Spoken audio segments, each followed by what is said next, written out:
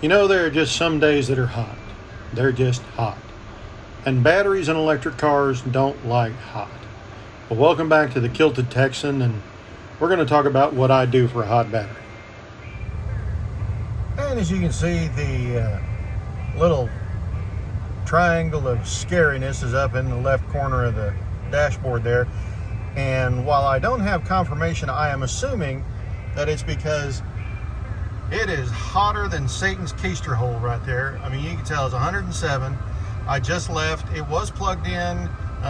The fans were not going when I pulled it off the charger, but because it's 107, I think the battery might be a little warm. So I'm going to head over here to one of these wash places. I'm going to run it through the washer, and we're going to see whether or not this thing actually likes getting cooled off by some cool water. We'll see if that triangle light goes away. All right, we are rolling in, and we're going to take a look here and see. Now, when you take it out of drive, you put it in neutral, that does go away, but we're going to see. We're going to see how this does.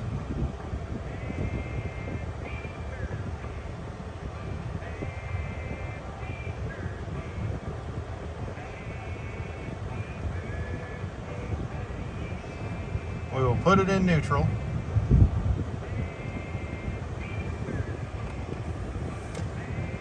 Okay, the light is on. I thought it turned off. It went.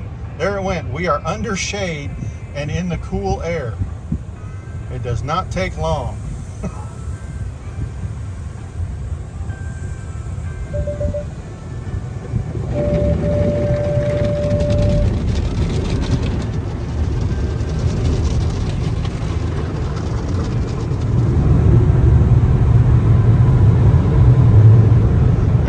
Is still off. We're going through the hairdryer at the moment.